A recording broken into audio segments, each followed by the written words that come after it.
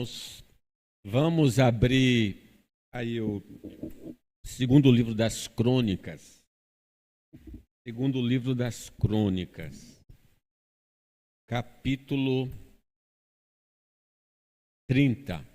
Segundo livro das Crônicas, capítulo 30.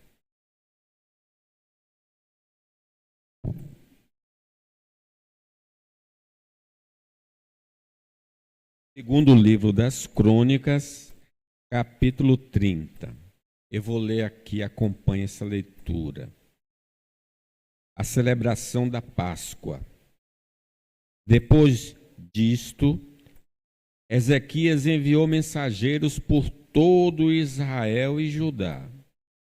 Escreveu também cartas a Efraim e a Manassés, para que viessem à casa do Senhor, em Jerusalém, para celebrarem a Páscoa ao Senhor, Deus de Israel.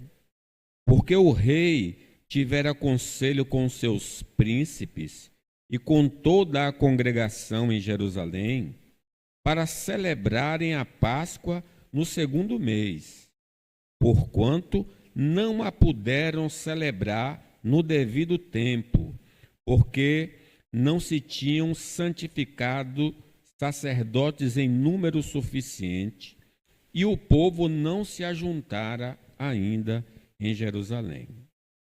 Foi isto aprovado pelo rei e toda a congregação, e resolveram que se fizesse pregão por todo Israel, desde Berseba até Dan, para que viessem a celebrar a Páscoa ao Senhor, Deus de Israel, em Jerusalém, porque não a celebravam já com grande número de assistentes, como prescrito. Partiram os correios com as cartas do rei e dos príncipes por todo Israel e Judá, segundo o mandato do rei, dizendo: Filhos de Israel, voltai-vos ao Senhor, Deus de Abraão, de Isaque e de Israel, para que ele se volte para o restante que escapou do poder dos reis da Síria. Não sejais como os vossos pais e como os vossos irmãos, que prevaricaram contra o Senhor, Deus de seus pais, pelo que os entregou à desolação, como estás vendo. Não endureçais agora a vossa cerviz, como vossos pais. Confiai-vos ao Senhor e vinde ao seu santuário, que ele santificou para sempre, e servi ao Senhor vosso Deus, para que o ardor da sua ira se desvie de nós. Porque se vós vos converterdes ao Senhor, vossos irmãos e vossos filhos acharão misericórdia perante os que os levaram cativos, e tornarão a esta terra, porque o Senhor vosso Deus é misericordioso e compassivo, e não desviará de vós o rosto, se vos converterdes a ele. Os correios foram passando de cidade em cidade, pela terra de Efraim e Manassés, até Zebulon. Porém riram-se e zombaram deles. Todavia alguns de Azer, de Manassés e de Zebulon se humilharam e foram a Jerusalém. Também em Judá se fez sentir a mão de Deus, dando-lhe um só coração, para cumprirem o mandato do rei e dos príncipes, segundo a palavra do Senhor. Ajuntou-se em Jerusalém muito povo, para celebrar a festa dos pães asmos no segundo mês, muito grande congregação. Dispuseram-se e tiraram os altares que haviam em Jerusalém. Também tiraram todos os altares do incenso e os lançaram no vale de Cedron. Então imolaram o cordeiro da Páscoa no 14º dia do segundo mês. Os sacerdotes e os levitas se envergonharam e se santificaram e trouxeram holocaustos à casa do Senhor. Tomaram seus devidos lugares, segundo a lei de Moisés, o homem de Deus. E os sacerdotes aspergiam o sangue, tomando das mãos dos levitas. Porque havia muitos na congregação que não se tinham santificado, pelo que os levitas estavam encarregados de imolar os cordeiros da Páscoa por todo aquele que não estava limpo, para o santificarem ao Senhor. Porque uma multidão do povo, muitos de Efraim, de Manassés, de Issacar e de Zebulon, não se tinha purificado, e contudo comeram a Páscoa, não como estava escrito. Porém, Ezequias orou por eles, dizendo: Senhor, ó Senhor, que é bom, perdoe a todo aquele que dispôs o coração para buscar o Senhor Deus, o Deus de seus pais, ainda que não segundo a purificação exigida pelo santuário. Ouviu o Senhor a Ezequias e sarou a alma do povo.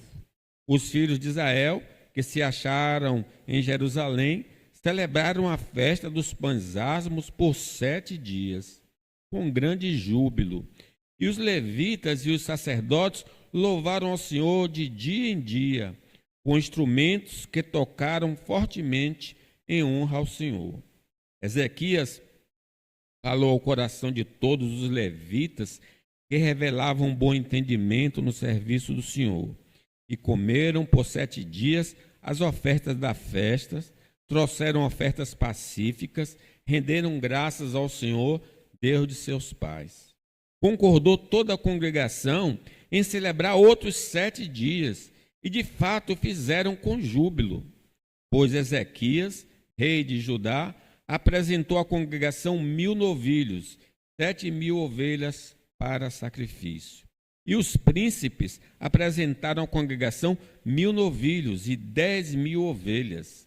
E os sacerdotes se santificaram em grande número.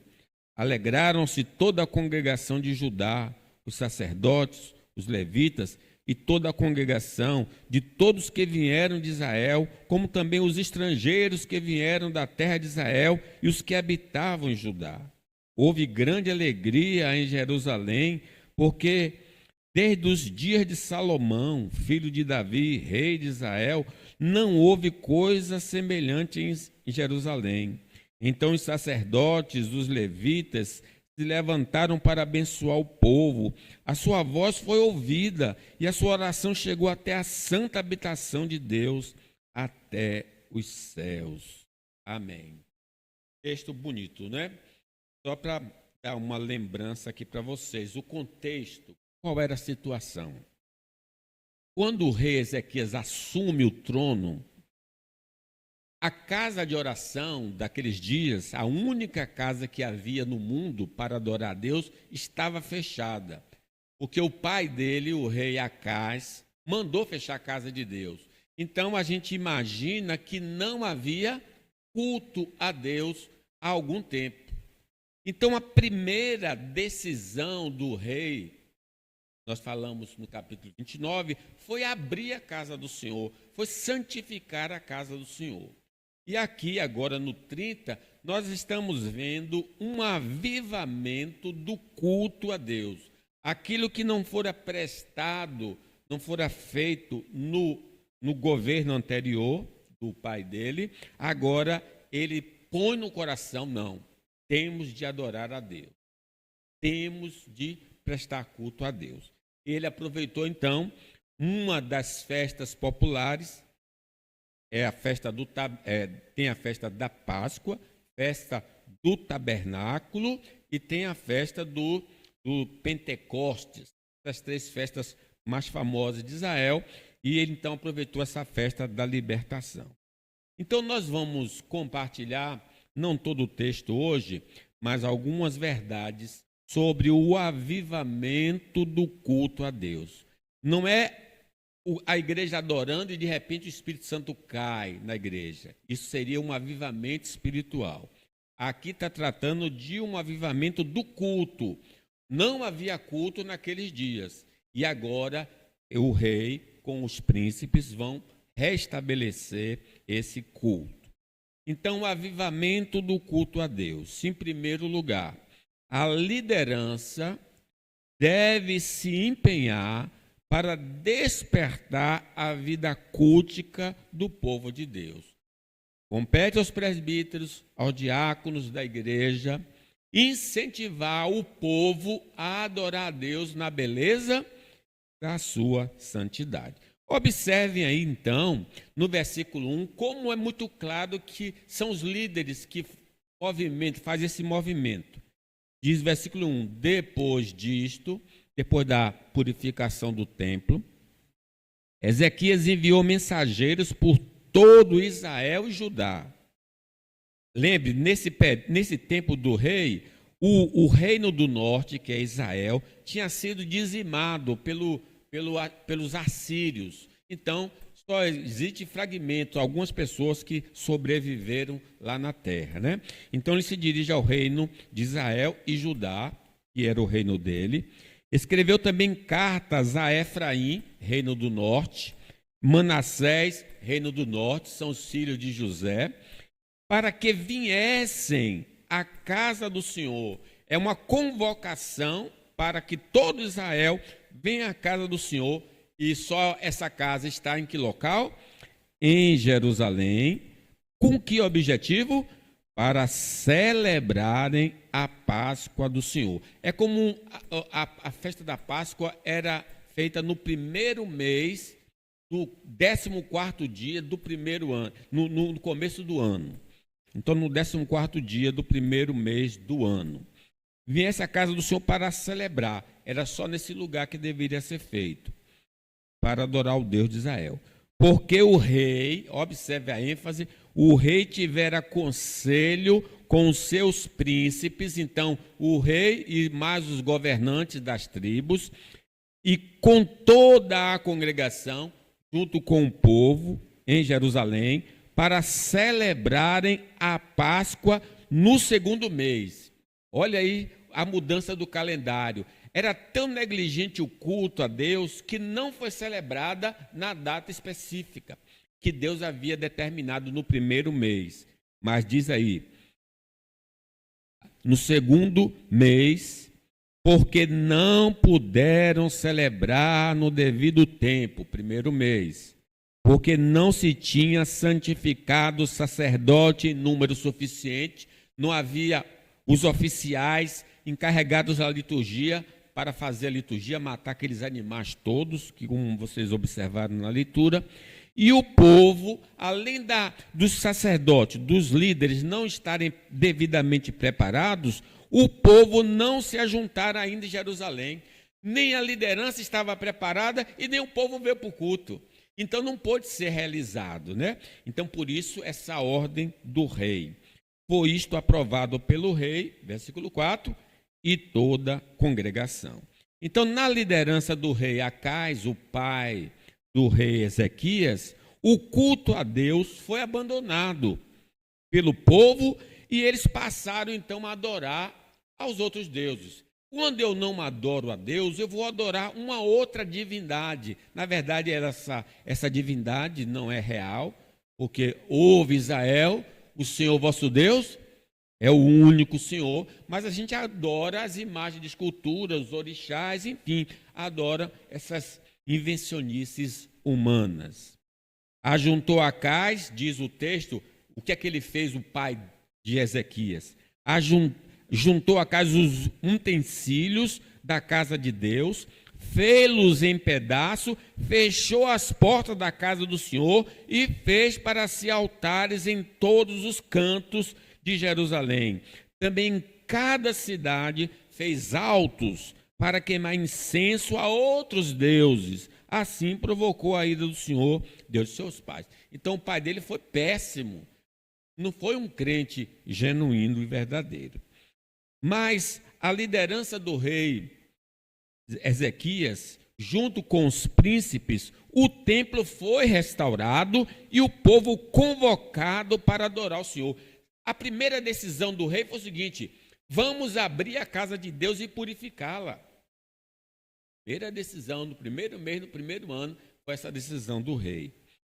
A liderança deve primeiro valorizar o culto a Deus, para depois convocar o povo para a adoração, pois o exemplo fortifica a convocação. Ora, compete aos presbíteros e aos diáconos serem os primeiros a estar no culto a Deus, e aqui eu me refiro em especial ao dia do Senhor, porque é o dia que ele estabeleceu, e depois, então, sendo modelo para a igreja, eles devem convocar. Primeiro eles estão, depois diz, venham também para o culto para adorar o Senhor, porque ele é digno de toda honra, toda glória e todo louvor. Todo crente, veja o que é que o rei fez. O rei mandou mensageiros dizer ao povo, venham para a casa de Deus, venham para o culto determinado pelo Senhor. Então, esses mensageiros representam todos nós. Todo crente deve ser um mensageiro para seu irmão, o incentivando para vir adorar a Deus em comunidade. Diz o salmista, alegrei-me quando me disseram, vamos à casa do Senhor. Então eu vou propagando, eu vou comunicando ao outro, vamos à casa do Senhor. Use então as redes sociais, WhatsApp, e-mails, lembrando a seus irmãos que a adoração pública faz parte da vida cristã e que continuará na eternidade. O culto tem uma coisa singular, ele se realiza aqui, mas lá no céu, pode ter certeza, haverá momentos em que você vai ter de adorar a Deus em comunidade. Então, é muito triste quando alguém diz não gosta de culto, então não vai gostar do céu. Não quero dizer que no céu você só vai cultuar, eu quero dizer, vai ter culto no céu, né?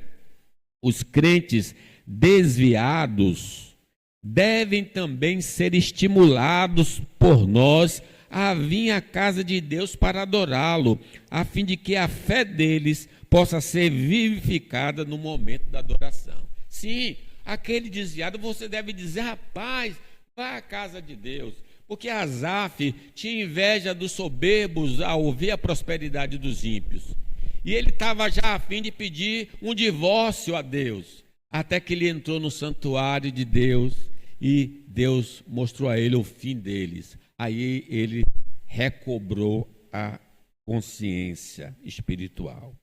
A nossa libertação da carne, do mundo e do diabo e da condenação eterna deveria nos incentivar a vir ao culto público.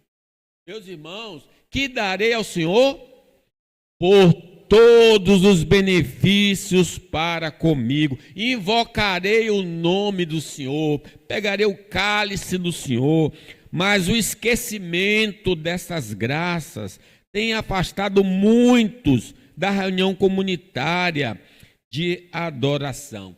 Vocês lembram quantos Jesus curou que estavam com lepra? 10 leprosos foram curados.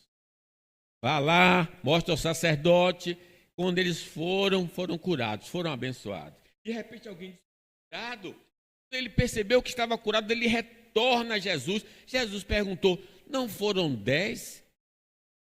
Aí o homem disse, só eu voltei para te dar graça. Muitos não adoram porque estão esquecidos do que Deus tem feito. Grandes coisas o Senhor tem feito por nós, por isso estamos alegres. A negligência dos sacerdotes e do povo, os sacerdotes em se santificar, o povo em comparecer ao culto pascual, impossibilitou a realização no tempo devido. Se o culto dependesse da minha presença e preparo espiritual, ele seria adiado? É uma pergunta que nós devemos fazer. Foi por culpa do sacerdote e do povo que não vieram ao culto. Aí o culto não foi celebrado. Eu não posso aplicar isso a todos nós, mas imagine, se o culto dependesse da sua presença no dia do Senhor para adorar, o culto seria realizado? Se o culto no domingo dependesse da sua presença e do seu preparo, o culto seria celebrado? Nós devemos nos perguntar a nós mesmos acerca deste assunto. Diz, porquanto, versículo 3, não puderam celebrar no devido tempo, porque não se tinham santificado os sacerdotes, não estavam preparados condignamente para estar na presença do Senhor, e em número suficiente, e o povo não se ajuntara ainda em Jerusalém. Quando no culto público de domingo, no dia do Senhor, a metade mais um da congregação não está presente, é sinal de negligência dos congregados. Porque nesse dia, o domingo, e é o dia do Senhor, a maioria não trabalha, não está na faculdade. Onde estão? Por que não estão adorando a Deus? Está tendo atitude dos sacerdotes, do povo negligente, buscando seus próprios interesses. Mas é o que diz o Senhor no dia do Senhor?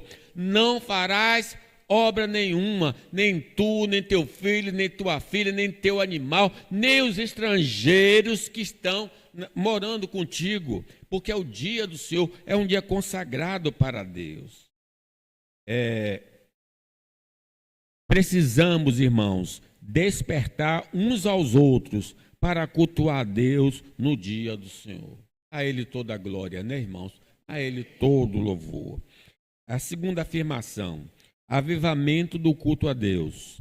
A frequência no culto público revela o estado da vida cultica do povo de Deus. Sim, a presença ou a ausência dessa pessoa vai revelar alguma coisa do estado espiritual dela, a condição espiritual dessa pessoa. Vejam aí no versículo 2. Nós já lemos aí, vamos ler o versículo 5. E resolveram que se fizesse pregão por todo Israel, desde Berseba até Dan, para que viessem celebrar a Páscoa do Senhor, Deus de Israel, em Jerusalém, porque não a celebravam já com grande número de assistentes, como prescrito. Meus irmãos, a lei dizia o seguinte, que todo judeu, pelo menos o judeu homem ou no varão, 3 vezes no ano devia estar na presença do Senhor. Mas o que é que diz aqui? Já há muito tempo que eles tinham abandonado o culto a Deus. Não estavam presentes em maioria celebrando ao Senhor. Tinha um gato pingado adorando ao Senhor no dia do Senhor. Diz que, versículo 10, os correios foram passando de cidade em cidade pela terra de Efraim, aí o reino do norte destruído, né? As tribos aí de Efraim, Manassés e Zebulon. E quando eles ouviram o convite para vir adorar, vejam a reação deles. Vamos ler aí a parte final do 10. Porém, riram-se e zombaram dele. Foram convocados e deram risada. Deram risada daqueles que estavam convocando. Versículo 11. Todavia, algum de Azé, de Manassés e de Zebulon se humilharam e foram a Jerusalém. Também em Judá se fez sentir a mão de Deus, dando-lhe um só coração, para cumprirem o mandato do rei e dos príncipes, segundo a palavra do Senhor. Ajuntou-se em Jerusalém muito povo para celebrar a festa dos pães asmos, no 2º mês, muito grande congregação. Apesar de poucos recusarem, a maioria absolveu o convite. Estavam na presença do Senhor. Que coisa linda, imagine todo o povo. Ele diz assim, ó quão bom e maravilhoso é que os irmãos vivam em união. É como óleo precioso que desce sobre a barba de Arão. Então aqui nós aprendemos, quando no dia do Senhor não demonstramos interesse em adorá-lo e não nos fazemos presente na congregação por coisas fúteis, estamos revelando um estado espiritual de desvio da fé ou ausência de uma experiência real com o Senhor. É grave. Eu gosto muito de praia. Sou um praieiro. Agora que eu estou subindo um pouquinho. Pescar então ali com jogar. Mas, gente, domingo é o dia de Deus. Não é o dia da praia. Não é o dia do cinema. Não é o dia do passeio. É o dia do Senhor. É o dia de glorificar o Senhor. Então, quando eu não tenho esse interesse em adorar o meu Deus que supre as minhas necessidades, quando eu não me faço presente na congregação, é um sinal espiritual de fraqueza, de distanciamento. A fé está fraca ou possivelmente não tem fé verdadeira no Senhor. Diz o profeta: vós dizeis, inútil é servir a Deus. Que nos aproveitou termos cuidado em guardar os seus preceitos e andar de luto diante do Senhor dos Exércitos. Ora, pois, nós reputamos por felizes os soberbos. Também os que cometem impiedade prosperam. Sim, eles tentam, o Senhor escapa. Então, qual é a crise aqui? Poxa, eu vou na igreja, mas minha carteira está vazia. Eu estou indo na igreja, mas a minha saúde está abalada. Eu estou indo na igreja, mas eu tenho um drama na minha família. Então, por causa dessas coisas, as pessoas estão dizendo, inútil é servir a Deus. Porque minha vida não melhora em nada. Mas não é isso que Deus nos chama para melhorar a nossa saúde ou as crises familiares financeiras. Deus nos chama para adorá-lo ao Senhor na beleza da sua santidade. Deus nos chama para dizer que Ele é Deus, com saúde ou sem saúde, com dinheiro ou sem dinheiro. Eu louvo ao Senhor porque Ele é bom e a sua misericórdia dura para sempre. Então, a pessoa que não tem essa visão, ela é pobre. Jó, ele está na sua varanda, eu imagino aí daqui a pouco vem uma pessoa e diz assim, olha, estavam todos os seus filhos na festa, na casa do primogênito, de repente bateu um vento e matou todos eles. Só eu fiquei e estou trazendo a notícia para você. Daqui a pouco veio mais um, a mesma coisa, os seus bois estavam lá, caiu um fogo, consumiu, só eu escapei, estou aqui. Levaram as cabras, o outro, levaram a jumenta, foram 4 mensageiros. Em seguida, só notícia ruim para Jó. O que é que Jó fez? Rasgou as vestes. Disse assim, o Senhor me deu, o Senhor tomou, bendito seja o nome do coisa maravilhosa. Ele não deixou de adorar a Deus quando ele só teve notícias ruins. Se nossa alegação é que não estamos devidamente preparados para adorar a Deus, é porque na nossa vida diária não estamos vivendo de maneira agradável ao Senhor. Lembre que os sacerdotes não estavam devidamente preparados. Eles não preenchiam os requisitos. Então, disse, olha, não posso adorar a Deus porque eu não estou preparado. Talvez você diga assim, pastor, não venham o domingo porque eu estou zangado, eu briguei com a mulher, eu briguei com o vizinho. Meus irmãos, isso é ruim. A gente se esconder atrás dessas coisas. Porque é nosso dever estar preparado para adorar o Senhor sempre.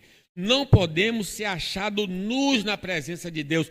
Temos de ser achados vestidos com a vestimenta da santidade, sem a qual ninguém verá o Senhor. A preguiça em servir a Deus através do culto congregacional é pecado que se disfarça de cansaço. Vocês já repararam? Muitos não adoram a Deus no dia do Senhor, porque dizem, estou cansado. Mas acordam 5 da manhã, todo dia, com chuva ou sol, para ir para o trabalho, para ir na faculdade, para ir para o colégio. Quando chega no dia do Senhor, estou cansado. Ninguém diz assim ao patrão, olha patrão, vou hoje não, estou cansado. Estou cansado.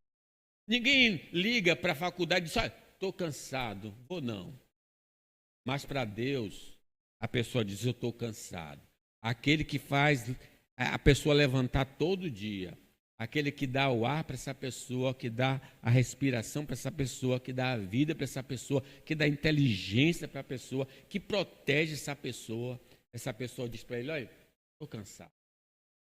Mas esse cansaço é tão descarado, porque é cansado para adorar a Deus, mas não para assistir o jogo.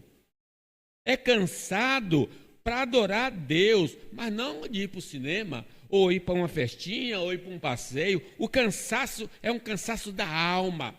E esses que estão cansados da alma, o Senhor diz, vinde a mim todos que estás cansados e sobrecarregados, e eu vos aliviarei.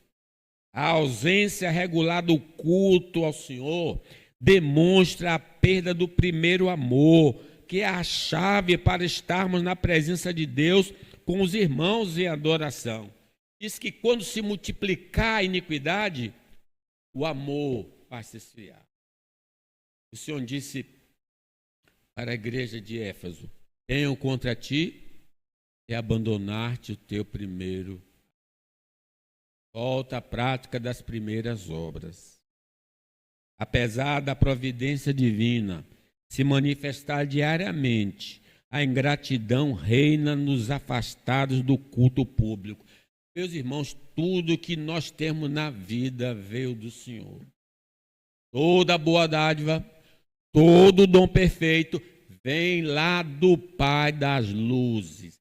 Você não tem absolutamente nada se Deus não te concedeu do céu. Então nós deveríamos estar no dia do Senhor, na presença do Senhor.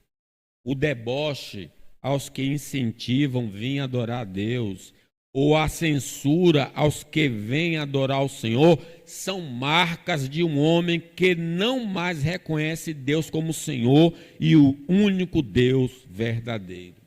Elias perguntou ao povo, se Baal é Deus, sirva-o. Se o Senhor é Deus, sirva a Deus.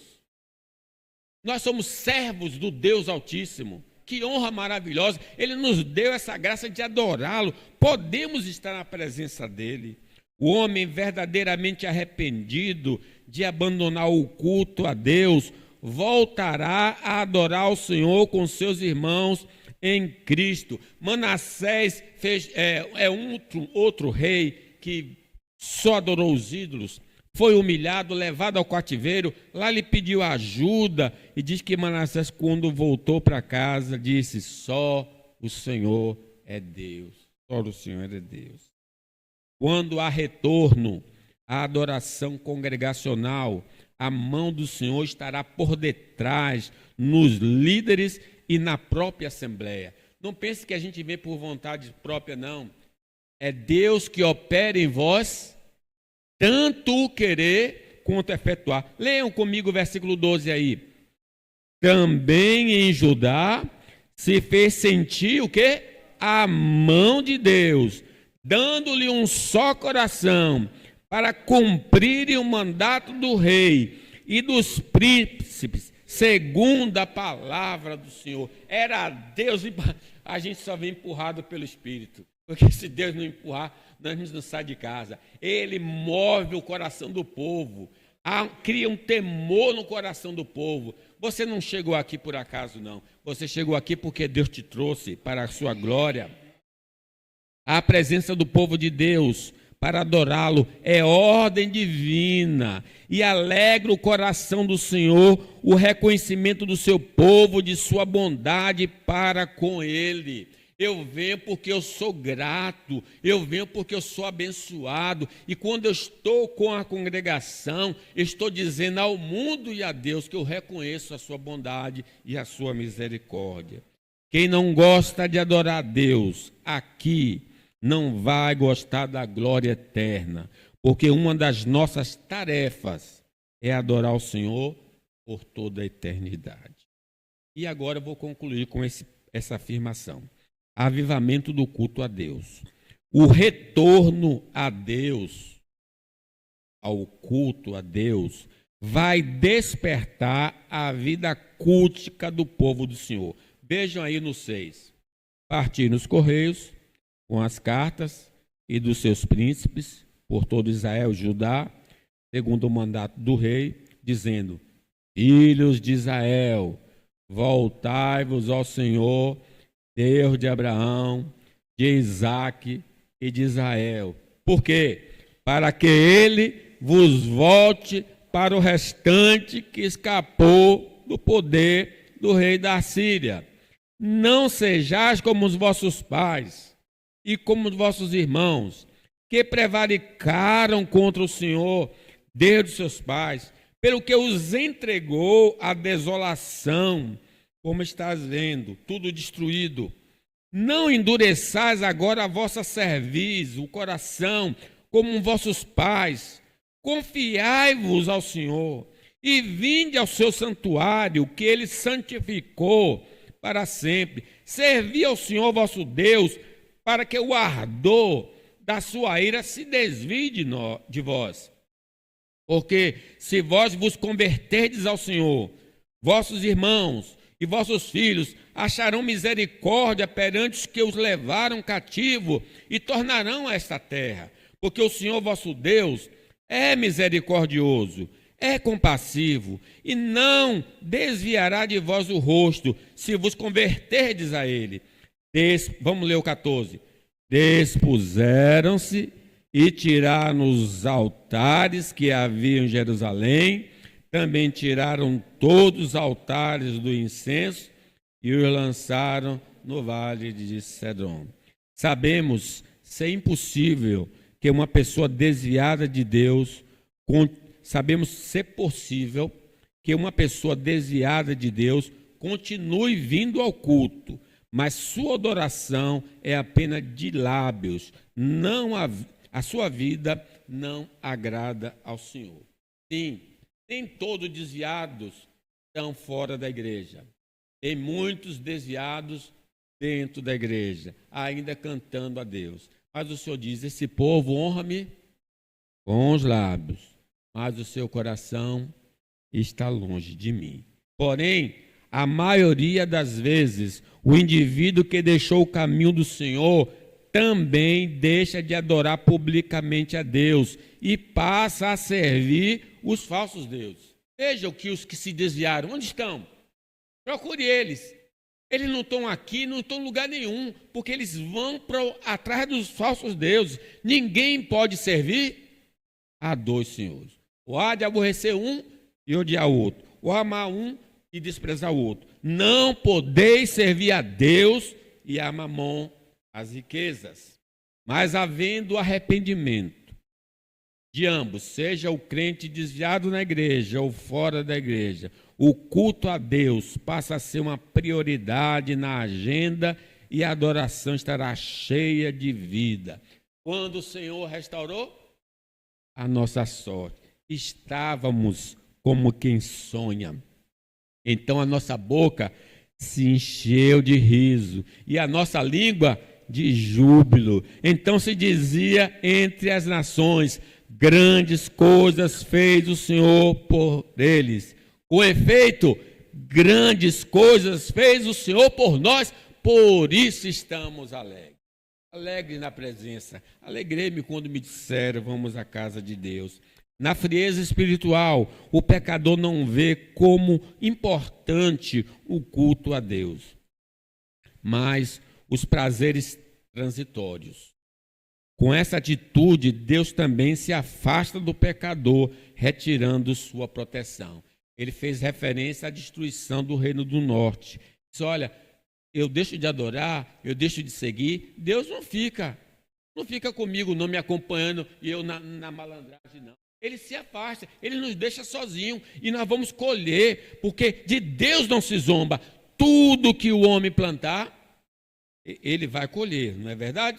A atitude de abandonar a Deus e seu culto não só afasta a Deus de nós, como atrai o seu castigo, tornando nossa vida muito amarga.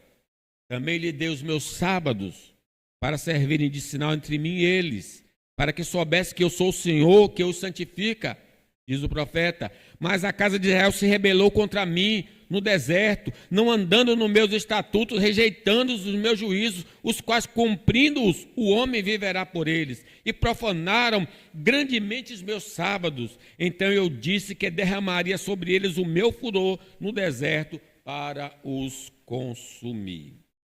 Só voltando a andar com Deus, lhe prestando culto, é que nossa vida vai se tornar deliciosa. Sim. Nossa vida vai se tornar agradável. Tu me farás ver os caminhos da vida.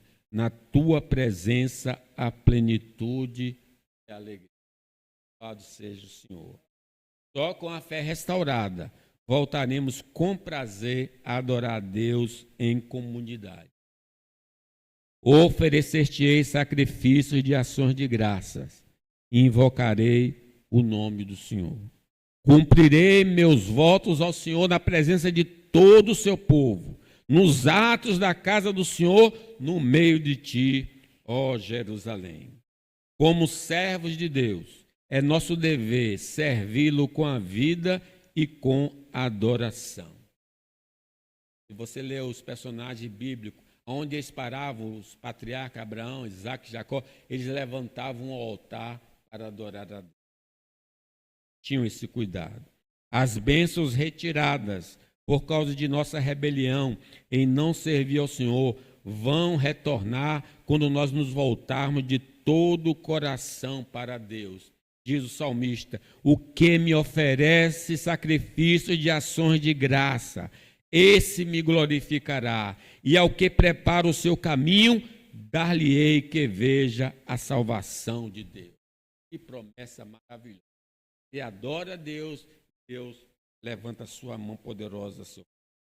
Vamos abandonar o que é secundário e pecaminoso para adorar a Deus em espírito e em verdade. Eu faço algumas afirmações aqui, 3 afirmações. Quando o dia do Senhor é desprezado por nós, que professamos a fé em Cristo, nossa comunhão com Deus está arranhada. Nós precisamos confessar o nosso pecado. Ele que confessa o seu pecado e deixa, alcança misericórdia. Os que estão livres no domingo e deixam de adorar a Deus no dia do Senhor, revelam o que é mais importante na vida. Ele está dizendo uma coisa, para si mesmo, para a congregação e para Deus. O Senhor não é importante para mim. Eu prefiro o Bahia, o Vitória, que quer adorar o Senhor.